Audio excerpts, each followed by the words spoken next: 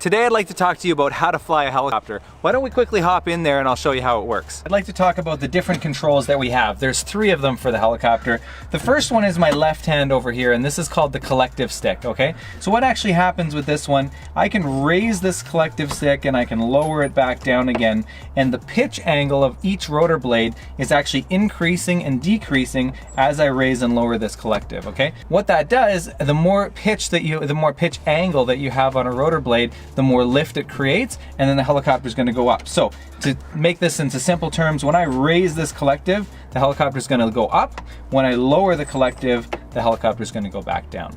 Okay, so the second control I'd like to talk about, this is the most complex control here, and that's the cyclic. So you use the cyclic with your right hand, and this one is what makes the helicopter fly forwards, backwards, left, or right, okay? So all I need to simply do is I push this cyclic forward, or I pull it back, or I push it left, or to the right here. As the blades spin around in a circle, they change their pitch angle based on where they are in that rotor disc, okay? So if I push the cyclic all the way forward, the blade over there is starting to decrease its pitch. It reaches its lowest pitch angle at the front of the helicopter, and then it starts to increase the pitch angle as it comes around to this side of the helicopter, and it reaches its maximum angle at the very back. If you think about each blade individually spinning around in a really, really fast circle, it creates a rotor disc, and now that disc, wherever I point this cyclic, left or right, forward or back, that rotor disc is going to follow that cyclic control, and that's where the helicopter is going to fly, okay? So if the rotor disc tilts forward, the helicopter will fly forward.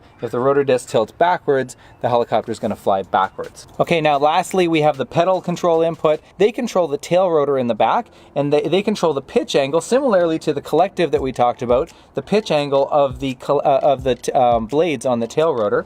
And so if I were to use my pedals here, and I were to push right pedal, that's going to increase the pitch angle of the tail rotor blades in the back. If I were to use more right pedal, the helicopter is going to spin around to the right. If I were to use more left pedal, or actually I could technically say if I were to just ease off my right pedal, then I'm going to allow the helicopter to spin around to the left, okay? So I can control the rotation in one horizontal plane, left and right, by using my left and right pedals, and that'll control the tail rotor in the back. On the collective, I have a throttle control as well, okay? Now something that's unique about helicopters is they actually run at a fixed RPM, very unlike a car or any other type of machine, even like an airplane. I have this throttle control right here, so I can roll on throttle once I've started the helicopter, and the governor control will take it over.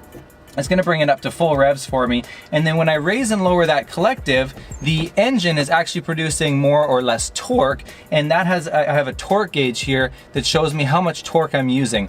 And typically the maximum that you can use in a helicopter is 100% torque, and so you can see here as I raise and lower the collective, I can increase and decrease my torque setting right here up to a maximum of 100%. So if I was on takeoff, depending on how heavy I was, I could be watching that gauge there, and I could be monitoring how much power I'm able to pull, and I can pull all the way up to 100%, but I can't exceed 100%.